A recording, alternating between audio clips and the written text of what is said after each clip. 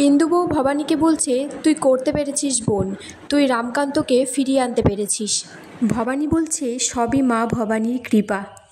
রামকান্ত তারপর বলছে, খুড়োমশাই আর দেবীপ্রসাদকে গৃহবন্দী করা হোক।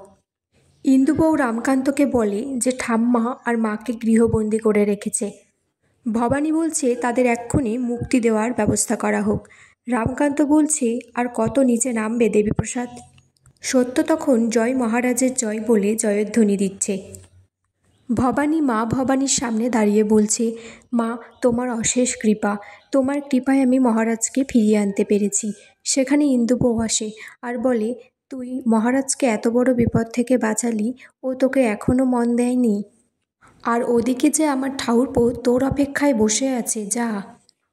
রামকান্ত ভবানীকে বলছে, ভবানী, আমরা দুজন মিলে তো অনেকটা পথ এগিয়ে এলাম, দুজন মিলে অনেক কিছু সামলেছি। আজকে আমাদের মধ্যে সেই বাধা সরে যেতে পারে, আমরা কি এক হয়ে যেতে পারি? রামকান্ত ভবানীকে বলছে, রাজরানী, আজ থেকে আমরা এক প্রাণ এক আত্মা হলাম। তুমি বলেছিলে না ভবানী, যেদিন আমাদের মধ্যে আর কেউ থাকবে না, কারোর ছায়া পর্যন্ত থাকবে না, আমাদের মধ্যে স্বামী স্ত্রীর সম্পর্কটা থাকবে। আজ হয়তো তুমি সেটা অনুভব করেছ।